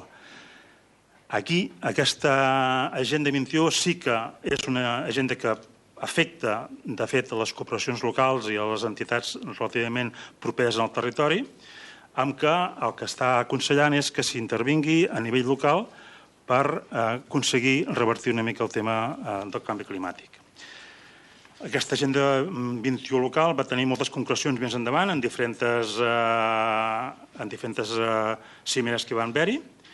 I el que sí que queda clar és que qui, segons les Nacions Unides, ha d'impulsar aquesta Agenda 21 local són les administracions locals, el que és evident que han de treballar per tal que la idea substancial és que les accions que es proposin tendeixin a disminuir l'efecte hivernacle dels gasos i com, bàsicament, donava dos principis d'actuació. Un era la gestió ambiental i l'altre la presa de decisions.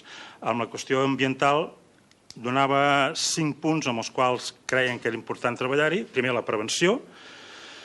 Sempre és millor evitar que no pas curar. La precaució. Quan no hi ha resultats científics prou concloents, el millor és no tirar endavant amb el projecte o amb el tema que s'està proposant. Un altre és que qui contamina paga, això és molt important, és a dir, no revertir sobre la societat aquells que contaminen, sinó que fer que els que contaminen realment siguin que hagin de pagar el que estan fent. La cooperació és un tema, diguem, intentar coordinar tots els esforços en tots els nivells de les administracions i treballar en el marc dels ecosistemes.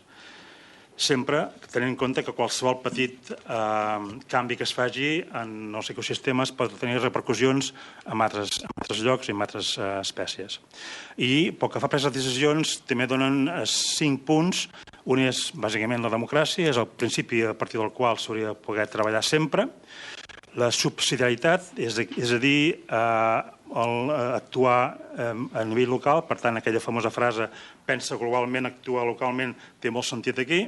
Responsabilitat, sempre delegar en persones o en les comissions que tenen tot el suport del consistori per tirar endavant projectes i participacions populars. Transparència sempre ha de ser un element important per tal que quedi clar què és el que es pretén i que sigui públic.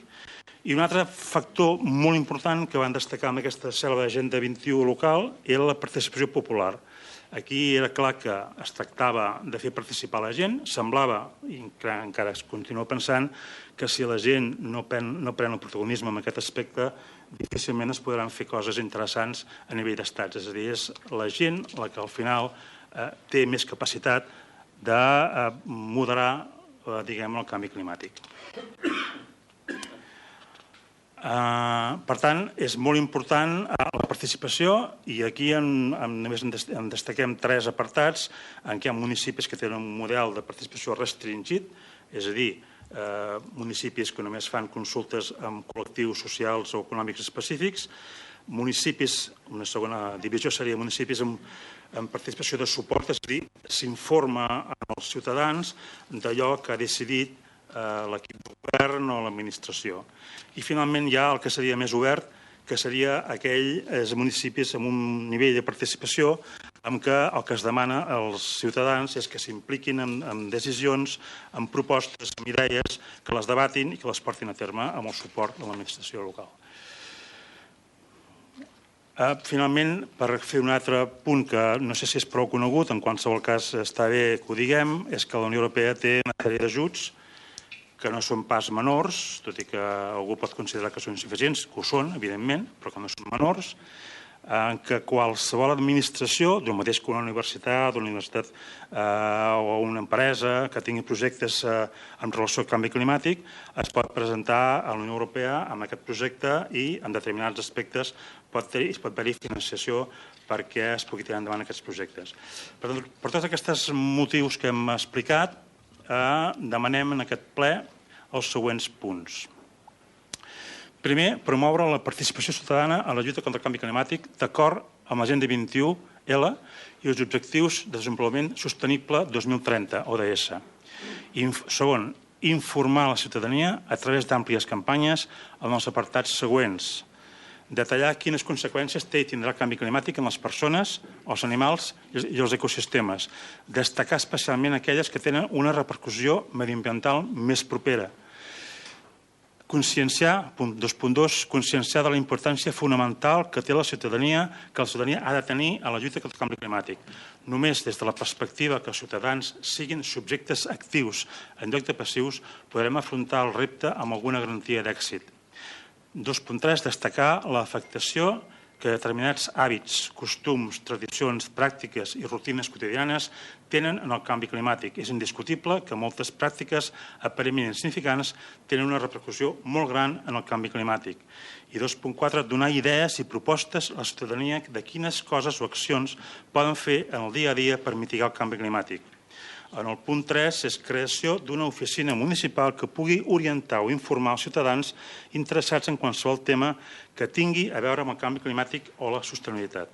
El 4, millorar la sensibilització pels temes mediambientals locals, tot recollint 3 exemples prou aclaridors. Tractament poc adequat de matèries perilloses com l'amiant i el fibrociment, poc control en l'abocador de la Vall Sallent i massa permissivitat en els mercats ambulants. I 5è, presentar projectes mediambientals a la Unió Europea o a les administracions superiors per tal de disposar de recursos econòmics que permetin la pràctica de polítiques útils per frenar el canvi climàtic a la mesura que les dimensions i les possibilitats del nostre municipi ho permeti. Moltes gràcies. Gràcies, regidor. Per part de l'equip de govern farà l'explicació de vot el regidor responsable dels temes de transició ecològica, el senyor Pepe González. Gràcies, alcalde. Senyores regidoras y regidors, senyor Calaf, suposo que no sorprenderà si li dic que tot això ens dona la sensació de déjà vu, d'emoció reciclada, d'arguments i textos ja escoltat en aquest ple en anys anteriors, amb motivacions diferents probablement, però amb argumentacions semblants. La nostra idea era que si retirassen el punt 4 de la moció, la votaríem a favor. I no perquè ens generi un entusiasme el seu contingut, que no és així, sinó un gest de bona voluntat davant d'un text que tampoc és que considerem que sigui molt transcendent en el tema de les propostes, però no deixa de ser una aportació. Comprovem per un altre costat que ha recuperat el format extensiu, fruit d'unes hores, no sé si de corta i pega en internet, amb bibliografia inclosa. Jo no sé si hi ha més ajuntaments a Catalunya o en el món que en una moció incorporen allò, enllaços d'internet. Està bé, no? Jo no he tingut l'oportunitat d'entrar i llegir-me-ho d'una forma detallada, però suposo que no deixa de ser també una aportació al tema. Comprovem, a part d'això, que estàvem molt interessats per el que passa en el Club de Roma i per les cimeres dels anys 70, i després jo crec que les propostes, de fet, són poc ambicioses. Avui li faré unes quantes propostes molt més ambicioses de les que vostè plantea en la seva moció. També passa una cosa curiosa, i que passa en més mocions d'Esquerra Republicana. En aquest és una cosa molt evident, no? Passem per la ONU i per la Unió Europea com a referents que estableixen criteris, marquen estratègies, marquen polítiques i fins i tot aproven pressupostos, però la Generalitat no apareix. La Generalitat és com una espècie de fantasma que està en algun lloc que no existeix mai. És a dir, la política, des del punt de vista de política mediambiental, la Generalitat no existeix. Mai apareix enlloc, mai té política, mai fa aportacions, mai té diners, mai té propostes. A part de les tendències o les modes dels últims anys, vostè ha pogut comprovar que totes les administracions han evolucionat cap a models de gestió més integradors, en què les polítiques mediambientals i la sostenibilitat tenen molt més protagonisme. Si anem massa llum, Espanya, en la porta de modificació del Consell de Ministres, l'han donat un rango de vicepresidència, amb 2 secretaris d'Estat, que són els que dissenyen i condicionen el conjunt de les polítiques del govern. A Catalunya, si mirem l'estructura, és una estructura antiga, diguem, no sé, encara no ha evolucionat, no tenen aquestes polítiques conselleria pròpia, ens hem de conformar amb una de les 3 secretaries que hi ha dins de la conselleria, i si hem de fer cas, les manifestacions públiques, segura que el conseller té altres prioritats més importants que opinar sobre el tema del medi ambient. Vostè dirà que no és la seva responsabilitat, però a mi no em deixa almenys que pensar en totes aquestes coses. A Castellà, tras dècades d'actuacions mediambientals, algunes gestionades i impulsades per algun regidor per unes quantes dècades, fins i tot d'Esquerra Republicana, era una de les regidories que quan Esquerra Republicana formava part del govern havia certa tendència o certa tentació a participar en ella. Jo crec que s'han fet una política relativament important de la política del govern. Després de les últimes eleccions hem fet un plantejament més ambiciós. L'àrea de territori està impregnada d'una visió de sostenibilitat compartida que reordena les diferents iniciatives i dona un caràcter integral a les polítiques. La regidoria de transició ecològica, amb 3 regidors, treballa en un pla d'acció ambiciós i integral que probablement necessitarà més d'un mandat per la seva execució. De fet, farem un repàs general, tampoc entrarem massa a detall, perquè si no estaríem segurament unes quantes hores parlant aquí, però el pla d'acció de transició ecològica té uns grans objectius de caràcter general, com contribuir a la reducció dels efectes del canvi climàtic, la reducció del CO2, de l'emissió de CO2, la millora de salut dels ciutadans o fer més agradable la vida de Castellà. Després té una 50ena d'accions més concretes, moltes de les quals seran fruit d'elaboració de plans parcials de certa complexitat, fent un repàs general. En l'àmbit de l'urbanisme, hem de finalitzar el desplegament del POU, encara està en procés d'aprovar alguns plans parcials. Estem impulsant una nova ordenança d'obres, que evidentment regula també una forma de construir diferent i tenint en compte també el tema de la sostenibilitat, o tenir-lo més en compte. Estem impulsant una política fiscal i d'eficiència energètica en l'obra nova i en les rehabilitacions. S'impulsa i es posa en marxa d'una forma immediata l'aplicació del Pla Especial de Casc Antic. S'aprova el Plan d'Inversions 2019-2023 amb un criteri, evidentment, de sostenibilitat. Es fa una política, se defineix també els criteris de les places perifèriques i de les zones verdes perimetrals. La transició ha sortit també en alguna moció en algun dia, la zona de transició entre l'urbà i el no urbà. Després, en un polígon que tenim encara aquí mig deixat, hi ha una preocupació clara a tot el tema de la depuració de les aigües residuals i de la regió del polígon de Can Bages. Si passem a la gestió del sòl no urbà, estem impulsant ja el catàleg de masies, també ha sortit aquí en alguna altra oportunitat, que el que pretenem és impulsar qui són els usos de les masies, moltes d'elles abandonades, per tal de gestionar d'una forma millor el territori i donar certes possibilitats. Els usos, el catàleg de masia, definirà quins seran els usos possibles de cada un dels edificis que tenim o que formaran part d'aquest catàleg. Hi ha una política de promoció de l'activitat agrícola, hi ha tota una política de xarxa de camins, de gestió del bosc, i una cosa concreta i puntual que és la gestió de Castellavell.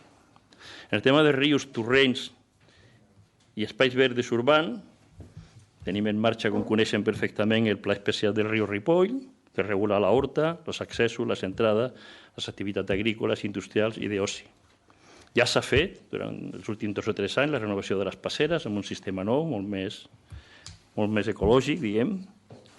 Està en marxa, ara estem en consultes amb els propietaris i després haurem d'esperar també l'etapa de nidificació per començar les obres de l'obertura, diguem, del camí que va des de Can Barba al pont de Turell. Tenim pressupostat, tenim el projecte aprovat i se suposa que a partir del mes de finals d'agost, setembre, quan s'acabi l'etapa aquesta, podrem començar les obres. Tenim també un projecte en marxa en el torrent de Canyelles. Hi ha un altre projecte que coneixem perfectament perquè hem fet una sessió informativa sobre el tema de la piscina i la reordenació de l'entrada des de Colobrès, i després també hi ha una política definida de relació amb el Consorci del Besòs Tordera i amb la subconca del Ripoll. En l'àmbit de la mobilitat i el transport, estem posant en marxa la revisió del Pla de Mobilitat i Accessibilitat. És cert que ara ja s'ha superat, malgrat que no s'han fet moltes de les coses de les inversions, perquè l'etapa de crisi no ha permès avançar del tot, però la voluntat i la idea és tornar a revisar aquest pla. S'han de definir si s'amplia o no s'amplia el tema de les zones de vianant i les plataformes úniques. Hi ha un programa d'accessibilitat que ja s'està posant en marxa, que afecta als edificis públics, a les places de mobilitat reduïda, al semàfor sonor i a moltes de les instal·lacions. Està en marxa també l'estudi de la xarxa de carrils bici i la regulació dels patinets. També hi ha un projecte que té a veure amb el tema de l'aparcament regulat i a la zona blava. La idea és bunkeritzar-lo, fer-lo efectiu a les 24 hores del dia. Hi ha un pla sobre aparcament perifèric. Tenim un programa en marxa que es diu a castellà tot està 5 minuts. Hi ha una senyalació específica per als vianants. S'estudien també connexions amb Sant Feliu i encara Avellaneda. Hi ha un estudi també que va sortir aquí a proposta, l'haurem de fer definitivament a l'Ajuntament de Castellà, perquè la Generalitat no reacciona sobre el tema de l'entrada de Castellà de Sant Llorenç. Estem definint alternatives al transport públic i urbà, i evidentment hi ha un tema també que ja hem tingut oportunitat de parlar, que és el tema de la connexió a la 150B i a la Ronda Vallès, en el qual sí que és veritat que per part del seu grup i el nostre no hi ha massa coincidència d'entrada, però en qualsevol cas és un tema que està obert i que haurà de donar resposta també en els propers anys. Hi ha més història. El tema de gestió de residus, estem plantejant un nou objectiu de recollida selectiva, tenint en compte que l'empresa que està donant aquest servei encara li queden 4 o 5 anys de contracte. S'està redefinint també el paper de la deixalleria i obrir una possibilitat de reciclatge, de recicleria. A nivell d'espais verds, se revisa també el pla d'Abrat i espais verds, i s'impulsa un programa de Castellà Vida Florida. A nivell d'energia i aigua, hi ha un programa d'eficiència energètica als equipaments públics, d'auditories, que ja fa uns quants anys que està funcionant. Igualment amb el tema de l'enllumenat de l'espai públic. També amb el tema de plaques fotovoltaiques i cogeneració. Crec que és un tema menys conegut, però que és important, que és el pla d'inversió en quadriennal d'instal·lacions d'aigua, depuració i clavegueram. Per l'empresa que dona aquest servei hi ha una partida anual important que permet que no tinguem que preocupar-nos massa, diguem, de les incidents que se generen, ja que tenim una partida considerable per poder atendre aquestes inversions. Des del punt de vista d'educació ambiental, tenim un pla quadriennal d'accions sobre tots els temes que afecten la transició ecològica. Està decidit ja posar en marxa l'oficina d'educació ambiental. Estan en marxa o estudiant-se 3 campanyes de sensibilització. Una primera, que es posa en marxa aquest dia, sobre el tema del vidre als bars i al restaurant de la localitat. Després tenim estudiada i a punt de posar en marxa una sobre recollida selectiva orgànica, i també tenim una altra que afecta, aquesta està més per estudiar, que és no quedar-nos simplement en el tema de la separació per part dels usuaris, dels ciutadans, sinó que anar més enrere i intentar fer una campanya de sensibilització sobre la forma de comprar, perquè ja molts dels productes del problema que se generen és la mateixa acte de la compra. Ja està en marxa i funcionant, i jo crec que amb bon resultat, un pla d'acció municipal sobre el tema del material reutilitzable i compostable, les activitats que genera l'Ajuntament o que fa l'Ajuntament. Així també s'han canviat el tema de les màquines vendi, el tema de les impremtes, està previst instal·lar llador de reciclatge també en el local municipal. I em quedaré aquí, però fins i tot teníem la idea, suposo que vostès participaran de gust també en aquestes històries, perquè en aquesta setmana pensaven convocar una comissió informativa per poder aprofundir més i d'una forma més estricta sobre aquests temes i donar-li contingut si és que vostès tenen la voluntat i la gana de participar en aquesta proposta. Gràcies. Sí. Tenim la paraula a la regidora del grup de Junts per Castellà, senyora Esther Font. Moltes gràcies. A veure, jo volia comentar... Sí. Volia comentar només un parell de coses. D'entrada, nosaltres hem d'estar a favor d'una moció que tingui la intenció sempre de treballar pel que és la sostenibilitat, per treballar per aquests temes que ens preocupen tant, però amb aquesta moció en un moment m'he trobat com una mica perduda perquè no sabia massa bé entre aquest repàs de tota la història del que són les cimeres, del que és tot... Bé, ens has posat una mica amb molta informació que trobo que està bé, però que, si ens posem així, també ens anem perdent una mica on estem ara, no? Precisament ara mateix, ara no fa gaire, vam tenir la cimera de Madrid i per continuar amb el que dius podríem dir que malauradament no es va arribar a cap acord amb bona finalitat, per tant no anem pas massa bé amb tot això, no? Llavors, per tot el que, com també ens deia ara el senyor Pepe González, els temes que es donen o que tenen a veure amb tot el que és el canvi climàtic, la sostenibilitat, la transició energètica o temes inclús de decreixement, com es parla molt ara, són tants i tan transversals que jo entenc que es fa difícil quan un vol tocar tants temes aquí, que no saps si et detalles si ho fas massa genèric o massa específic. De vegades te'n vas d'un extrem a un altre.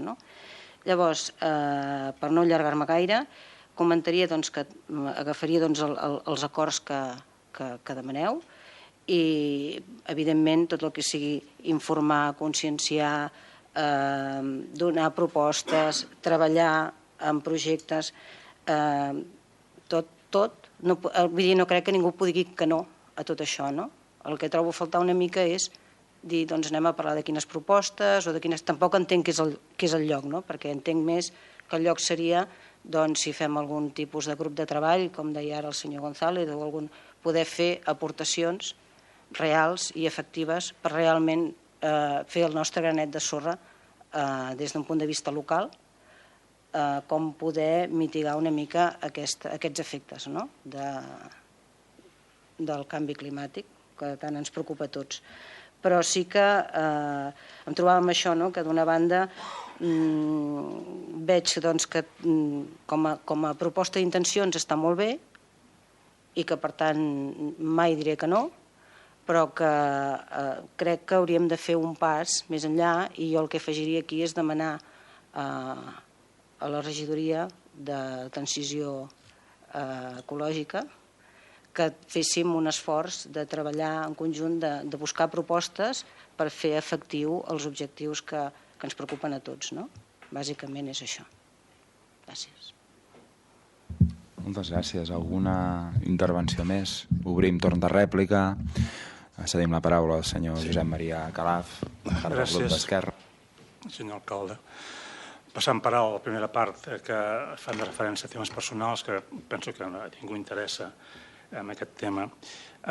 Evidentment que no parlem de Catalunya en aquest cas, de la Generalitat, ni tampoc del govern espanyol, perquè el que estic dient aquí és que hi ha un mandat de la ONU en qual diu que les administracions locals poden fer activitats en aquest sentit. Per tant, no cal esperar que ens arribin a propostes des de l'administració superior, ni que sigui la catalana ni que sigui l'espanyola, per actuar. És a dir, el que ens està dient la ONU en aquest sentit és a dir, aviam, els consistoris poden fer coses i, per tant, no sempre són coses que tenen afegit un cost econòmic, n'hi ha que sí, n'hi ha que no, simplement a vegades són hàbits i són coses que només es poden fer des del punt de vista de l'administració més propera al ciutadà. Per tant, que hi ha aquest mandat de l'ONU en implicar en els ajuntaments cap aquí.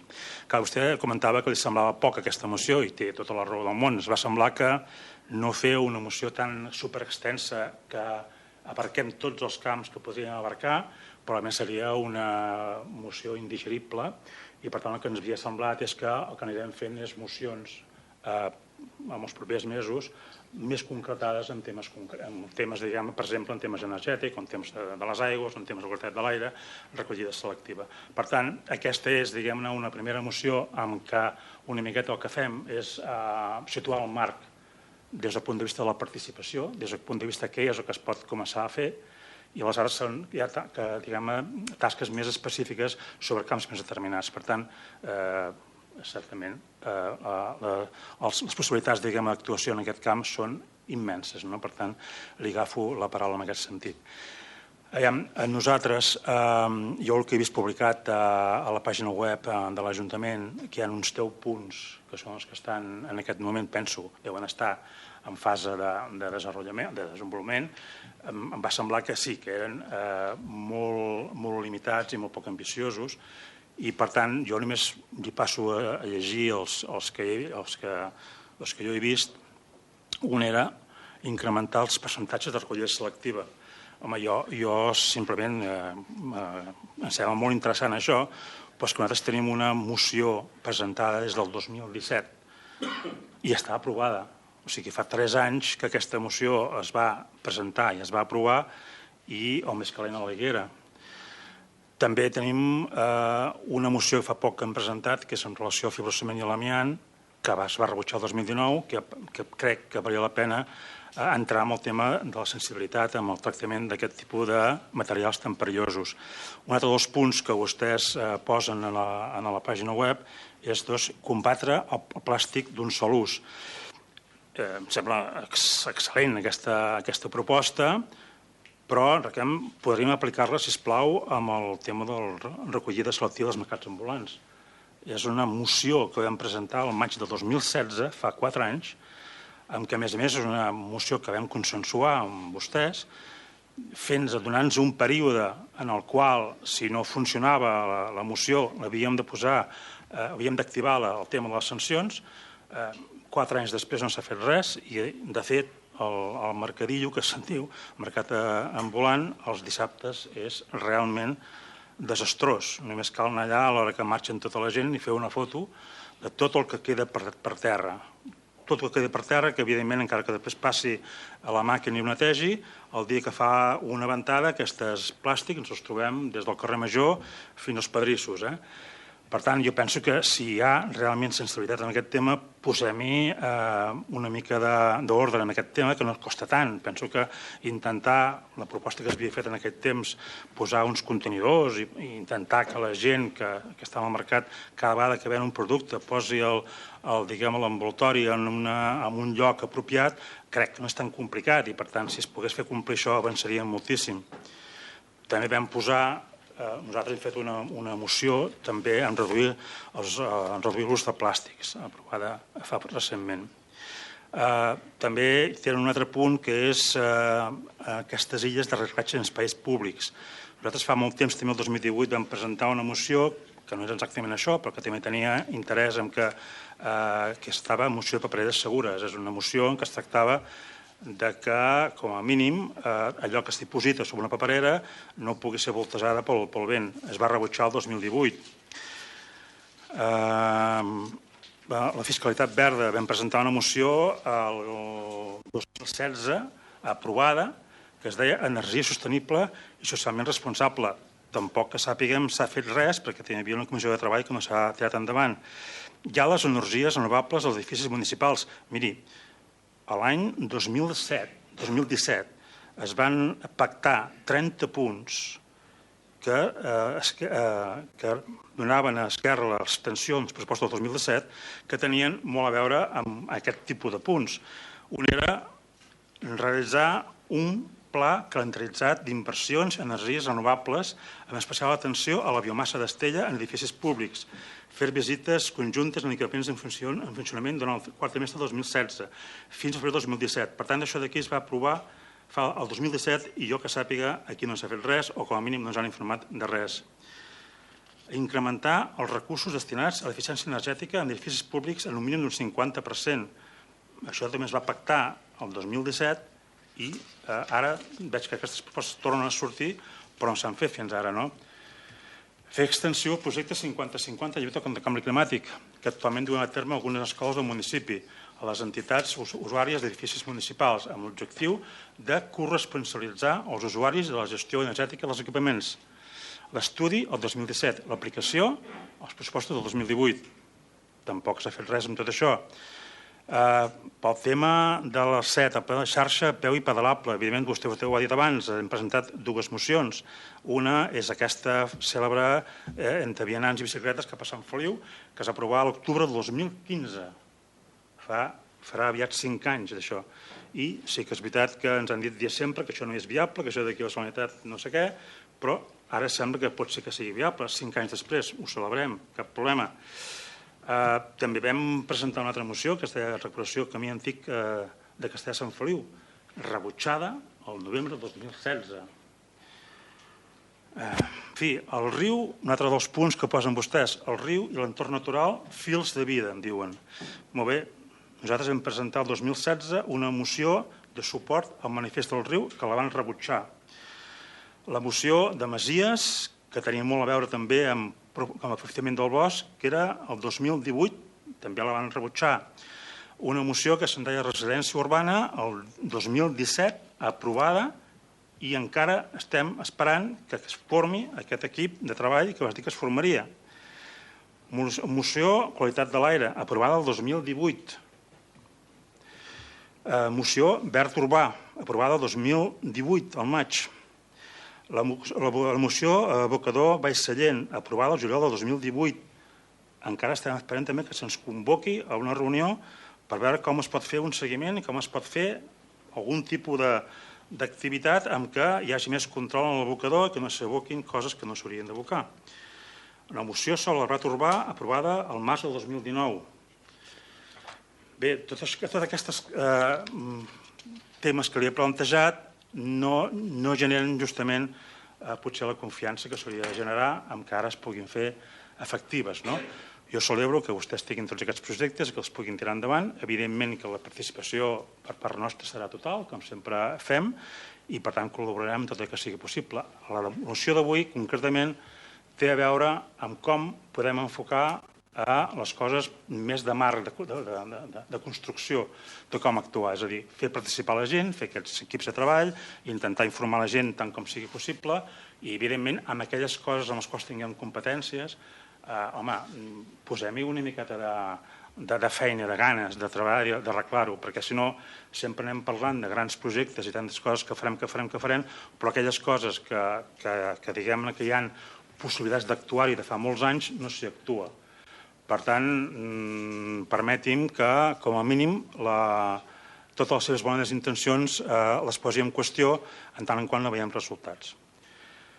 I res més. Si hi ha alguna cosa més ho podem anar parlant. Gràcies. Clar, el punt 4 és el que li comentava abans, senyor Pepe González. El punt 4 jo crec que no el retirem perquè hi ha 3 accions molt concretes que li he anomenat que crec que es podien intervenir i que no es fa. Per tant, si en aquelles coses que podem intervenir no les abordem, quin sentit té que les eliminem perquè continuïn sense fer-se? És a dir, hi ha hagut prou mocions i prou intencions i prou reunions com perquè puguem abarcar aquests 3 punts que li comentava. I no s'ha fet, i no s'està fent i no entenc el per què, perquè no sembla tan complicat. de fer complir una normativa en els mercats ambulants. No sembla tan complicat fer una sèrie de visites en el Baix Sallent, aviam què és el que es pot fer i el que no, o què s'està fent. En fi, em penso que aquestes coses sí que les podrien fer i no les fan. Per tant, si em diuen aquest punt el traiem i continuem com fins ara, sembla que no és coherent. En el punt que vostè digui aquí, en aquests punts hi treballarem, després, evidentment, que les coses poden canviar. Mentre no es digui això, que van passant anys i que les coses no s'estan fent, entenguin que confiança en aquest sentit poca. Gràcies. Sí. Si no ho fa vostè, ho faré jo, o sigui que vostè mateix. Gràcies, alcalde. Evidentment, si vostè no retira el punt 4, li votarem en contra. Suposo que és conscient perfectament d'això, no? Si per vostè el més important de tot el que planteja la moció és aquest tema, doncs ja li vam dir al començament del mandat que no votaria... Jo estic parlant amb vostè. Bueno, doncs si el seu grup no retira aquest punt, doncs aquest grup votarà en contra. Donar un valor substancial al tema aquest. Ja li vam dir, o li vam dir al seu grup i al conjunt de la ciutadania i al nostre grup, al començament d'aquest mandat, que no votaríem mai en contra de la nostra pròpia intenció. És a dir, no entenem que l'aprovem una moció en la qual es critica, perquè ja seria més aviat qualificatiu. A part d'això, clar, jo no sé si vostè és conscient, després de no sé quantes línies aquestes dedicades a analitzar la història de la humanitat en relació a aquest tema, després parla de conscienciar, destacar, donar idees. Aquestes són les propostes que fa. I diu, vale, pues donarem recolzament a donar idees, pues ja buscarem les idees per donar-les, i ja buscarem també destacar l'afectació. Bueno, és que això i res, per nosaltres és pràcticament igual. Vostè hauria de fer un exercici també, a part de fer propostes i recordar la proposta que va fer fa 5 anys o 4 o 3, no sé què, podia mirar les coses que es fan. Ara, no s'ha enterat que hi ha una fiscalitat verda. Curiosament. I segurament també ha de seguir quina és la història per la que ha passat aquest país. Ja han funcionat durant bastants anys per un govern de dretes a nivell d'Espanya, en el qual havia aquello que es deia l'impuesto al sol, que ha frenat d'una forma determinant absolutament tot el tema de les plaques solars i de la cogeneració. Ara s'ha aixecat. I ara comença a haver iniciatives no només públiques, sinó també privades a Castellà, que estan impulsant iniciatives d'aquest tipus. Doncs, bueno, perfecte. És a dir, nosaltres tenim un pla també elaborat, sí, però clar, també vostè ha de partir quin ha sigut el nivell d'inversió que ha tingut aquest Ajuntament durant molts anys. I quan te dediques a unes coses, difícilment te pots dedicar a unes altres. Vostè segurament no sabrà que la modificació del tema de les luminàries de totes les instal·lacions públiques ens hem gastat més de $1 milió. I això ha suposat una reducció substancial importantíssima de quin és el consum. Això també és activitat. És dir, escolta, que dius que l'Ajuntament poden fer coses, que aquest Ajuntament no para mai de fer coses, evidentment en funció de les seves possibilitats i en funció de les possibilitats que teniu. El tema del riu és que van fer una declaració i nosaltres vam votar en contra. Escolta, no estem fent declaracions ara sobre el riu. S'estan fent per primera vegada en la història de Castellà inversions substancials en el tema del riu. En aquest any, segurament, l'any passat ja van gastar 150.000 euros i aquest estarem a prop de 300.000. No estem parlant ara de literatura, no estem fent aquella declaració formal a veure quin recolzament d'una, no, estem fent inversions importants. Bueno, doncs aquestes coses vostè també hauria d'anar a mirar-se-les, a veure si és que realment es fan coses o no es fan coses. En el tema de la qualitat de l'aire hi ha un estudi que es va publicar no fa massa, en el qual s'havia fet cates, no sé si eren 20 i pico cates en conjunt de Castellà, i això es va publicar en l'actual. S'ha de mirar l'actual o ha de seguir també els temes. I afortunadament sortia d'una forma bastant beneficiosa per al nostre municipi. Però aquest seguiment també s'està fent. Jo podria estar aquí explicar-li no sé quantes coses. Com a més l'alcalde té ganes també d'intervenir en aquest tema, li deixarem algun dels elements, però quiero decir, escolta, coses moltes i inversions molt potents. I la voluntat en aquest moment de dir hem d'integrar totes les polítiques en torn a uns objectius comuns, doncs, pensem que això també serà resultat i serà efectiu. 2 apunts. Jo crec que també haurien de revisar de qui depèn la capacitat inspectora respecte a la Pedrera Baix Sallent. hi ha un organisme que es diu Agència de Residus de Catalunya, que en definitiva és que acaba aprovant què és el que es pot dipositar o no es pot dipositar en aquesta pedrera. Ens semblaria també interessant, per exemple, destacar, i jo crec que aquesta és una notícia com força interessant, hem millorat els percentatges de reciclatge aquest any 2019 gràcies a mesures com el porta-a-porta comercial que s'està realitzant especialment a l'illa del Centre. En aquests moments estem a un 44% de reciclatge i per tant hem incrementat pràcticament 5 punts amb aquesta mesura. Que és insuficient, segurament. Hem de continuar avançant, és evident, però no em digui que no s'estan realitzant coses. Jo crec que això és important també de ser justos i de posar en valor quines són aquelles mesures que s'estan realitzant o que s'estan participant. Hi ha un pla de qualitat de millora de l'aire a nivell comarcal en el qual, evidentment, el nostre Ajuntament també hi participa, com tantes altres mesures. Jo crec que això també seria rellevant i em sembla molt rellevant poder fer aquesta comissió informativa que ha anunciat el regidor per tal de poder compartir, que hi hagi feedback en relació a les propostes, a les mesures que s'estan implementant i poder veure quina és l'evolució en un tema que, evidentment, des de l'equip de govern, des d'un bon inici, des del discurs d'investidura a l'inici d'aquest mandat, doncs vam tenir clar que havia de ser un dels temes vectors en els quals s'hi havia de treballar i havíem de concentrar esforços i inversions durant els propers anys. No sé si volen afegir alguna cosa més. Senyor Calaf. Estem dos contra un, no? Perquè no som dos, és un grup contra un altre grup, perquè no personalitzem. Imagina't, encara pitjor. A veure, l'abocador aquest que comentava abans, que hi ha una moció en aquest sentit aprovada, no dic que sigui una moció que en el seu moment es va aprovar, ja fa uns quants anys, simplement el que deia aquesta moció, deia reactivar la Comissió Municipal de seguiment de manera periòdica per tal de verificar i controlar allò que realment es fa a Vallsallent i com afrontar el reciclatge. I el punt 2 era instar a l'Agència Catalana de Residus que faci un control més acurat del reciclatge de les runes. Actualment, la major part són enterrades tal i com venen d'obra sense cap procés de fragmentació ni titulació. Això és una moció aprovada per aquest ple, fa uns quants anys. Jo el que estic dient simplement és que si això no som capaços d'aplicar-ho, tot i haver-ho aprovat, quina confiança pot mereixer aquelles coses que diuen que faran i que ja veurem com s'acabaran fent. Evidentment, jo li he parlat aquelles coses que no s'estan fent o que no s'estan fent prou bé, segons la meva idea, però, esclar, oi que entendrà que no em dediqui a passar tota l'estona dient aquelles coses que sí que estan fent i que estan fent bé? Jo destaco aquelles que em sembla que es podrien fer i vostè, lògicament, des de l'equip de govern, em dirà aquelles que estan fent i que estan fent molt bé. Per tant, aquesta és la discussió entre uns i altres. No em faci dir a mi totes aquelles que fan bé, perquè després potser no quedarà espai.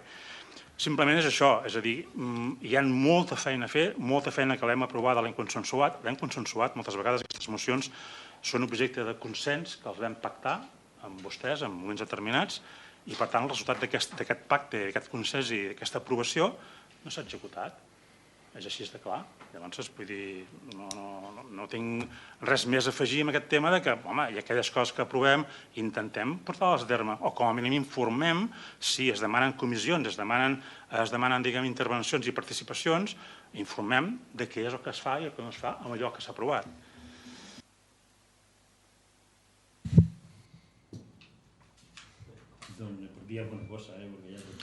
Cal allargar-ho, necessari. No, que no vingui a recordar-nos cada ple també les coses que no hem aprovat, perquè a vegades votem en contra de coses. No es torni a posar l'amianto aquí amb el tema de si se va descartar per part de... Vostè vol posar després la relació de totes les que han presentat. Algunes s'han aprovat i jo crec que té la capacitat i l'exigència de dir-nos, doncs, escolta, això ho vau aprovar i no l'esteu fent, però vingui a recordar-me les coses que li hem votat en contra, perquè l'hem votat en contra i probablement li tornaríem a votar en contra si tornés a presentar la mateixa moció. Molt bé, doncs moltes gràcies. Jo crec que fet el debat passaríem a la votació d'aquesta moció presentada pel grup d'Esquerra en relació a la sostenibilitat en els municipis. Vots en contra de la proposta, equip de govern, abstencions. el grup de Ciutadans s'absté, vots favorables, el grup de Junts per Castellà i el grup d'Esquerra voten favorablement. Informar-los també que la 13a moció presentada pel grup municipal de Junts per Castellà, tal com s'ha comentat en Junta de Portaveus, es retira i per tant passaríem a l'apartat de pregs i preguntes. Senyor alcalde. En aquest cas hi ha una pregunta que formula... Sí, simplement voldria fer un comentari, si se'm permet. Sí, no és cap problema. Perfecte. No, doncs, gràcies, senyor alcalde. Simplement comentar que aquesta moció es retira d'acord amb el senyor regidor PP González, una mica perquè se'ns ha manifestat que els termes amb els quals estava redactada necessitaven un replantejament donat l'actual pla territorial i que una mica agraint aquesta reunió també amb l'equip tècnic en aquest cas, hem decidit retirar-la per tal de poder seguir treballant, per tal de poder aprovar una proposta que una mica intenti recollir el que és una demanda veïnal, que no només és per l'aparcament, que en si mateix és important, com un dels problemes que molts ciutadans i ciutadanes del nostre entorn demanen en el qual treballem, sinó que també per una qüestió d'altres usos alternatius que es puguin destinar a aquesta parcel·la.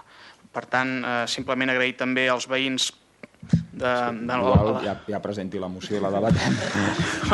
Senyor alcalde... Jo només un matís, perquè ho sàpiga el regidor en futures intervencions de pla territorial, només n'hi ha un, que és el pla territorial metropolità, en tot cas sempre que faci referència a l'ordenament urbanístic de la nostra vila és el pla general urbanístic. És evident, però en aquest cas no entraré en aquest debat perquè, com vostè mateix diu, no és qüestió d'entrar en una moció, tot i que vostè sembla que vulgui que hi entri, per tant, no ho farem. Escolti, jo li he deixat per fer un breu comentari de retirada. No ho farem en l'esperit del primer element de la seva intervenció. No, és un matís, jo crec que és rellevant també per fer pedagogia en el conjunt de regidors i en el conjunt de ciutadans que s'escolten, que el marc en el qual es desenvolupen els diferents projectes urbanístics no és un pla territorial, sinó que és ordenació urbanística. Sí, certament, però vaja, les zones no urbanitzables, doncs en aquest cas formen part del Pla General d'Ordenació. Exacte, i es regula des d'una instància superior i per tant és una mica el que buscava amb aquesta intervenció. I simplement agrair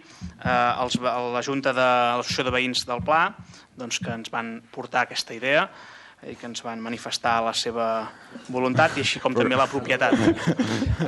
Només falta que hi hagi dit això. Sí, una mica demanarem també que es faci pauses per sopar en futurs plens. Vale, vinga, doncs apa. Imagina't, si amb una moció que no s'acaba presentant i dediquem aquest temps... Sí. Aprofitar aquesta moció interruptura, ja que he sigut citat, perdó, recordar-li un parell de coses al senyor regidor que li van dir també d'una forma directa i que podria servir també per al conjunt dels regidors. La primera és que els serveis tècnics municipals estan al servei dels ciutadans i de tots els regidors d'aquest ple. Que a vegades és més prudent fer una consulta abans i no de tirar-se a la piscina sense aigua perquè se podia estalviar algun tipus de passo en fals, que és una altra cosa. I una altra anunciar, ja que vostè insistit amb els veïns, que ja aquest Ajuntament, els serveis tècnics també, estan treballant en una proposta que va des de la carretera de Sabadell fins a la plaça de la Miranda, amb un finançament ja previst també, en el qual s'està estudiant una alternativa que, evidentment, en el moment que estigui una mica més avançada, se consultarà i se comunicarà als veïns i se buscarà la seva participació i la seva complexitat.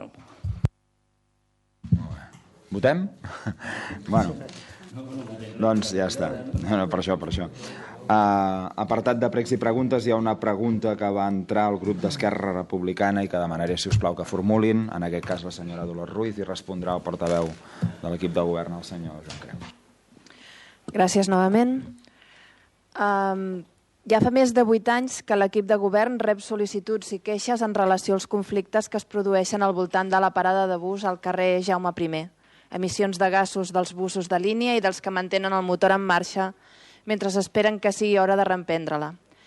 Cada dia és més urgent reduir-ne l'emissió dels mateixos gasos.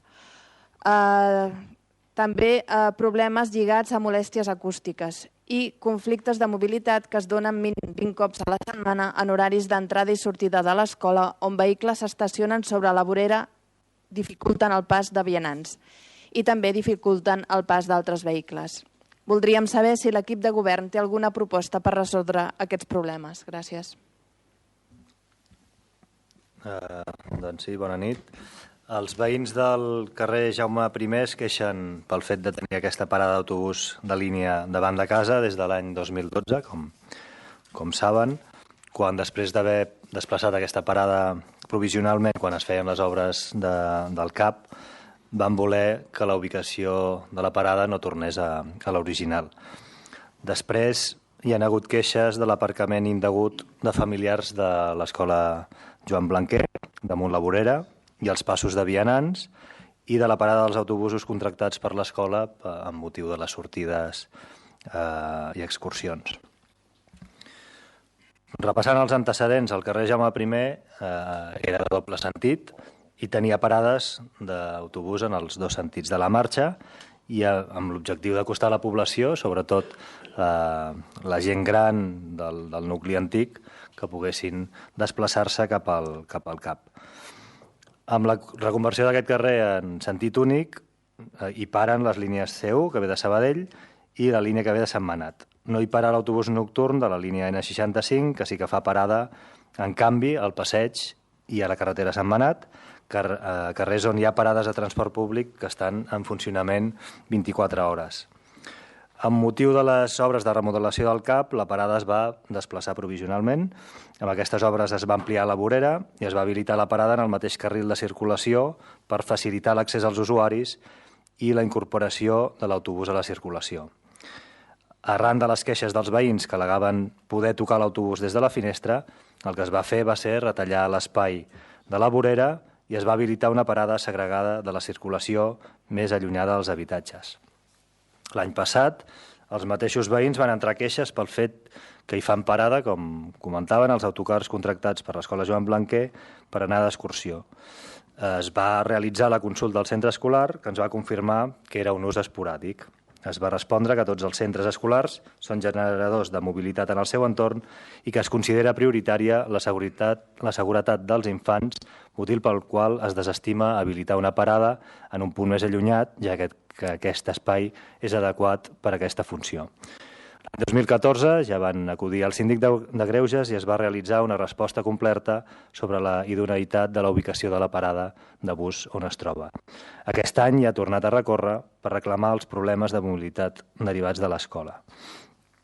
La proposta, doncs, que com a administració pública hem de vetllar per l'interès comú. Per aquest motiu considerem necessari mantenir la parada d'autobús davant del CAP, una de les més utilitzades del nostre municipi.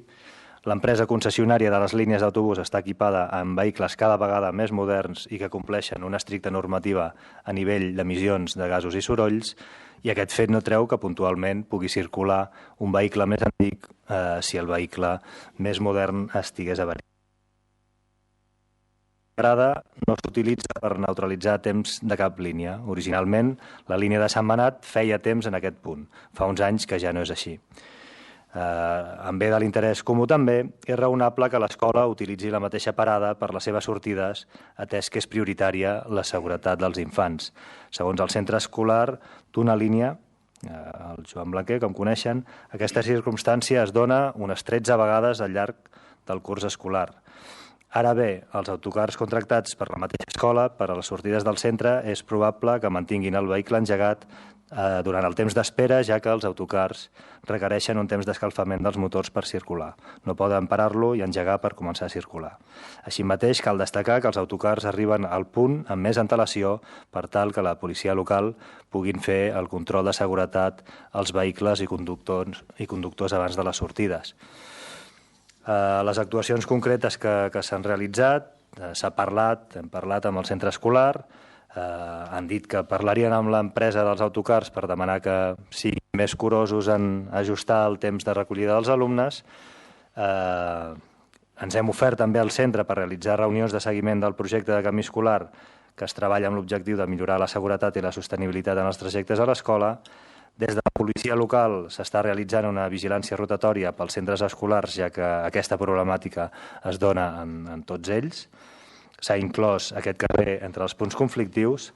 També s'intensificarà la vigilància fora de les hores d'entrada i sortida, ja que sovint són els mateixos veïns qui aparquen malament sobre les voreres. En aquest punt es van controlar les emissions de diòxid de nitrogen fa uns mesos i està previst repetir la mesura properament per veure l'evolució. El resultat van ser de 18 micrograms per metre cúbic, inferior a la mitjana de 25 obtinguda al municipi, i així mateix també es van prendre mesures de concentració de partícules en suspensió, PM10 i PM2,5, resultant en els dos casos valors molt per sota del valor límit de la protecció per la salut com a la resta del municipi. Gràcies. Perdona, de tota la part introductòria que has fet, estàvem al cas com a resum del que realment preguntaven, que eren quins són les propostes per resoldre els problemes d'aparcament. Em comentaves que heu parlat amb l'escola, us heu reunit amb l'escola perquè facin aturades més curtes i també que... Em fa repetir els... No, bàsicament, si m'ho pots passar per escrit no hi ha problema, no t'ho faig repetir. No, hi ha la videoacta i sí, li passo per escrit. Però bàsicament és que hi haurà més policia, que s'està fent més vigilància policial per als aparcaments? Ja s'està fent. D'acord, gràcies. Res. Molt bé, doncs sense més, si els hi sembla, donaríem per acabar la sessió, aixecaríem la sessió, donant les gràcies a tots els assistents i emplaçant-los a la propera sessió plenària del mes de març, que tindrà lloc l'últim dimarts de mes de març. Fins aleshores, moltes gràcies i a rebeu.